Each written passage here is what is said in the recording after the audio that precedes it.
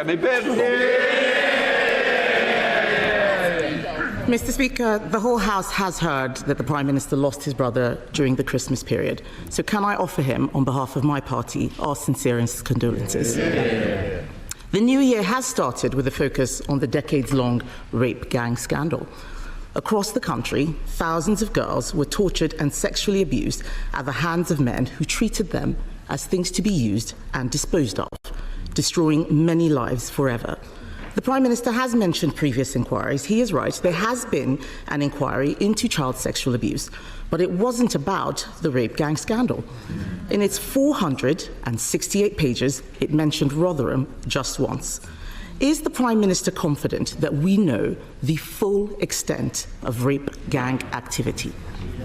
Prime Minister. Can I first thank her for her condolences, and can I thank her for reaching out over the Christmas period when I lost my brother? I really did appreciate that, and I appreciate it today. Mr. Speaker, on the question of a further inquiry, there have been a number of inquiries.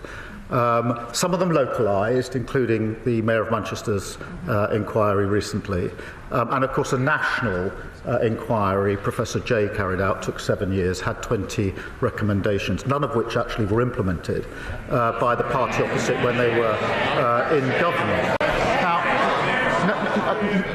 This is a really serious issue, and we must focus, obviously, on the victims and survivors. There's no fixed view on the victims and survivors about a further national inquiry. There are mixed views.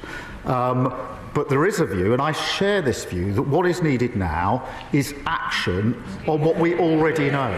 We already know, myself from personal knowledge when I was Chief Prosecutor, that warped ideas, myths and stereotypes about victims were at the heart of this. We've known that for a decade. The Jay report called for mandatory reporting. I called for it 11 years ago. What we need now is action. What can't be tolerated is the idea that this afternoon members opposite will vote down a bill which protects children, including Mr. Speaker. Mr. Speaker, let me just. One of the provisions in the bill is to protect children vulnerable today who are out of school, to prevent abusers ever taking those children out of school. I implore members opposite to defy the misleading leadership of the Leader of the Opposition and vote for a really important bill. Mr. Speaker, I'm shocked that the Prime Minister would say that actions were not taken. He knows full well that we accepted 18. He knows full well that we accepted 18 of the 20 recommendations in the Jay inquiry and went further, launching a gangs task force that found 550 more perpetrators. That shows that there is still work to be done. In Rotherham alone, there have been over 1,400 victims. Across Oldham, Bradford, Bristol, Rochdale, and dozens more towns, there have been thousands more victims, but no one has joined the dots. No one has the total picture, and it is almost certainly still going on. Correct. One victim from Telford, and I know he says that victims have different views. We have different views across this House. But one victim from Telford says she wants a national inquiry because it will hold people accountable in a way that previous inquiries have not. Correct. It is very possible to have actions, take on more, and still have a national inquiry. So why won't he listen to victims and launch a national inquiry which would have the power to summon witnesses and make them give evidence under oath? Mr. Speaker, she says they accepted the recommendations. They didn't act on them. Exactly. One of the central recommendations was mandatory reporting, and it still hasn't been enacted. I called for this 11 years ago. They've been tweeting and talking. We've been acting. Well, Mr. Speaker, the Leader of the Opposition has been an MP, I think, for 8 years. Her party have been in government for 7.5 of those 8 years. She was the Children's Minister. She was the Women's and Equalities Minister. I can't remember her, I can't recall her once raising this issue in the House, once calling for a national inquiry. It's only in recent days she's jumped on the bandwagon. Now, if I... Mr. Speaker, in fairness, if I'm wrong about that, and she has raised it, then I invite her to say that now, and I will happily withdraw the remark that she hasn't raised it in this House in the 8 years that she's been here until today. Mr. Speaker, the Prime Minister is being very specific because I have raised this issue. I've raised it in speeches. I've raised it publicly. He knows that as a minister, I would not have been speaking on this specific issue. I was not a Home Office minister, but Mr. Speaker, I will remind him about other victims who came to me who I did help. The victims of the Tavistock scandal who came to me as a minister. I didn't send them away like his safeguarding minister. I made sure, as his Labour Party were calling me transphobic, that we launched the CAS review, which even his health secretary has accepted. So we do right by victims, Mr. Speaker. The reason why a national inquiry is important is because this issue is systemic. It has been involving local and national officials, the police, prosecutors, and politicians. He talks about some of the local inquiries, but these interlinked issues cannot be covered by local inquiries alone. In fact, the leaders of the Manchester inquiry resigned because they couldn't get evidence, they couldn't summon witnesses, and not a single person in a position of authority has been held to account. The Prime Minister called for 9 inquiries in the last Parliament. Does he not see that by resisting this one, people will start to worry about a cover-up?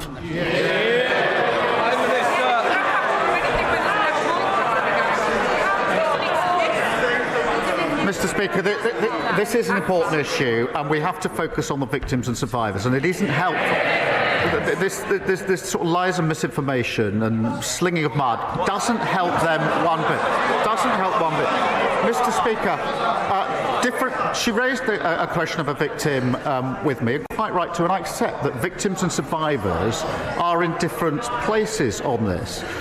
Those that I've spoken to are worried about the delay of a further inquiry. The last inquiry took 7 years. That would take us to 2031. Now,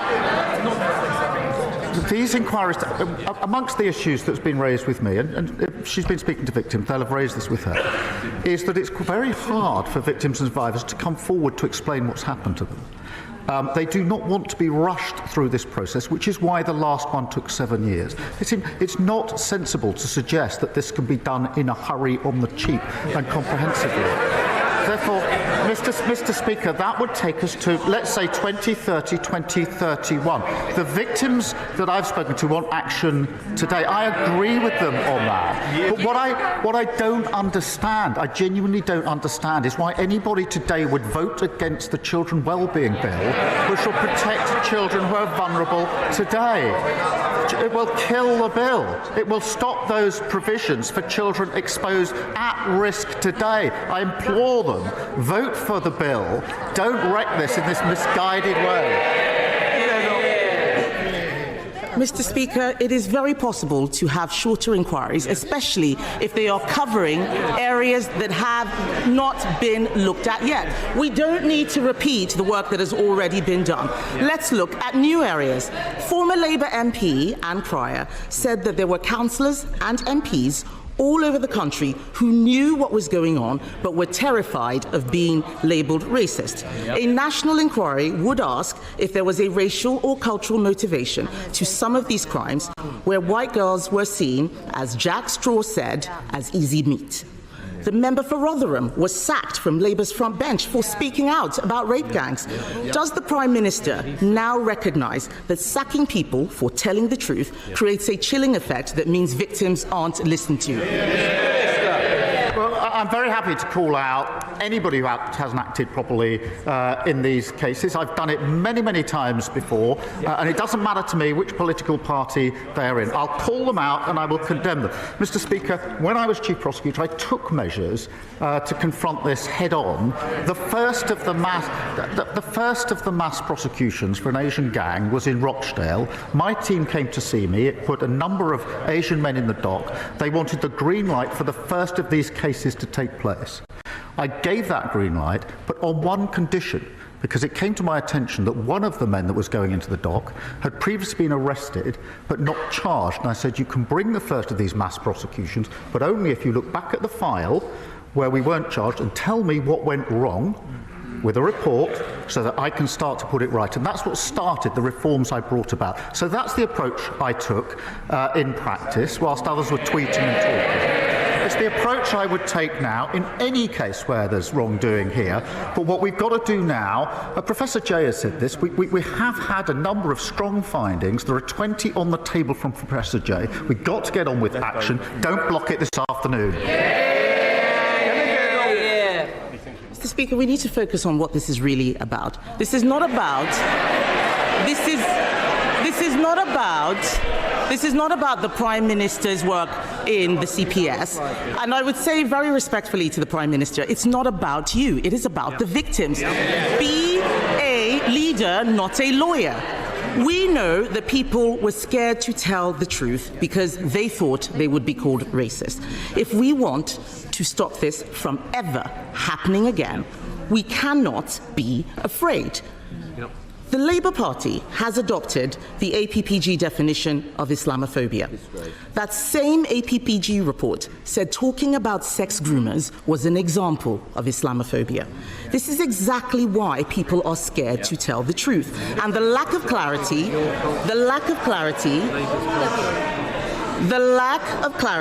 means that innocent British Muslims are smeared by association.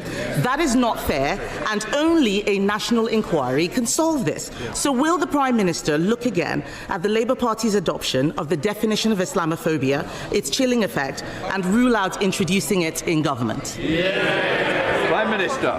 Mr. Speaker, I will call out any aspect that has prevented anybody coming forward or any case going forward when it comes to violence against women and girls, child abuse or child sexual exploitation, as I have been doing now for the best part of 15 years.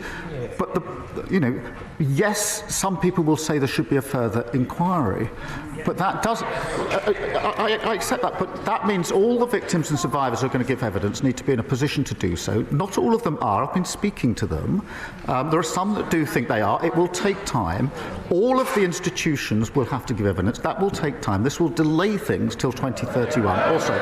But we all, Mr. Speaker, we already know what the major flaws are. And my argument is we should get on with that action. And that's why we're bringing forward the bill this afternoon. Kemi Badenoch.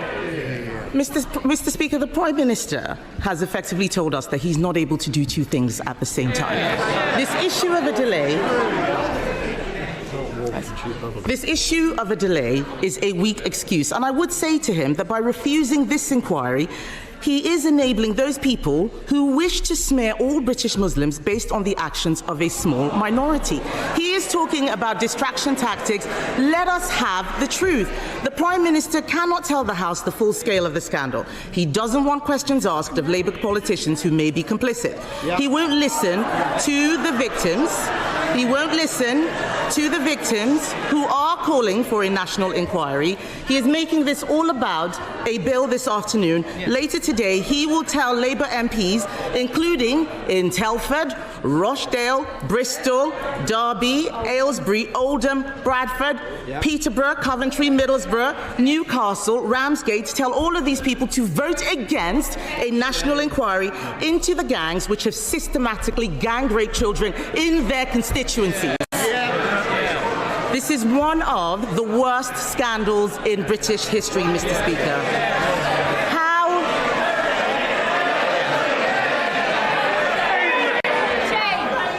Sorry?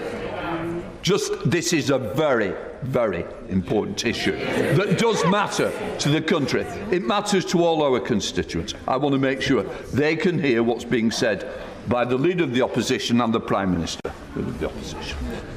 Mr. Speaker, this is one of the worst scandals in recent British history. But how are they going to explain to their constituents that obeying his whip is more important than doing the right thing? She's right to say it's one of the worst scandals. It's terrible. That's why I acted on it. her recently acquired view that it's a scandal, having spent a lot of time on social media over Christmas, not once in 8 years did she stand here and say what she's just said. Not once in 8 years. They didn't act on the recommendations. They want a national inquiry. We had a national inquiry, the J inquiry, the J report. 20 recommendations, not a single one implemented. Not a single one implemented. And she said, you can do two things at once. You can't kill the bill this afternoon, wreck that bill, and protect children. There was Mr. Speaker, there was a dreadful case of Sarah Sharif that everybody will remember. This was the girl taken out of school and abused by an abuser. The bill this afternoon fixes that gap. And I know, I'm looking across, I know there are honourable members on the benches opposite who know very well that what's in this bill is necessary, that it's the right thing to do, and that would want to vote for this bill. I urge them to think twice about following this short-sighted, misguided, bandwagon-jumping approach of the non-leadership of the Leader of the Opposition. I urge them to.